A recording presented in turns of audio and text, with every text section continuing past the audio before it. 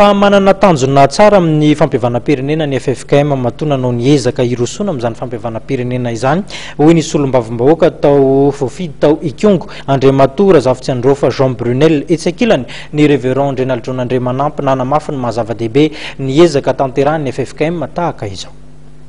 Eto monja ahitana fanontaniana 3 amby 30 momba ny fampiavanam-pirenena, fitantanana firenena, fampandrosoana no natolotry ny FFKM ahodiny amin'ny filoham-panjakana dimy taorian'ny fionana tampony faharoa tanterahana teny amin'ny CCI Vato.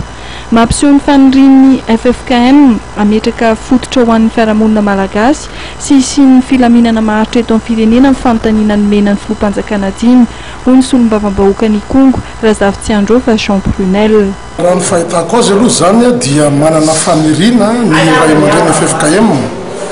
ametraka fototra matanjaka ny fiarahamonina malagasy. Zany hoe le firenena malagasy mihitsy zany no tian'ny FFKM apetraka amin'ny toerana sahaza azy satria misy resaka rafitra tao anatin'ilay etimody na lay fanontaniana dia misy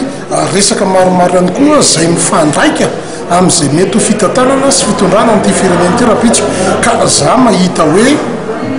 manana zay faniriana zay ny FFKM hoe mba ametraka amin'ny Madagasikara amin'ny toerana sahaza azy mba hanana stabilité politique hanana ny antoka ny amin'ny filaminana sy ny fampandrosoana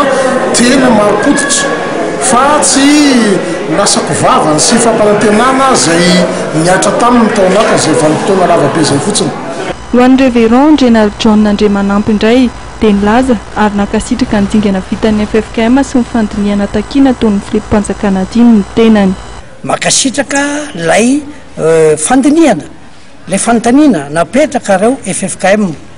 dia hita fa tena matotra ianareo ary vona hanao indrindrindrindra ny président république zay nametraka tsara ny tongony eo amin'ny lalana tokony haleha amin'izay matoky fa tsy fiatsaram-belatsy no niseho na aseho ary na hiseho koa azy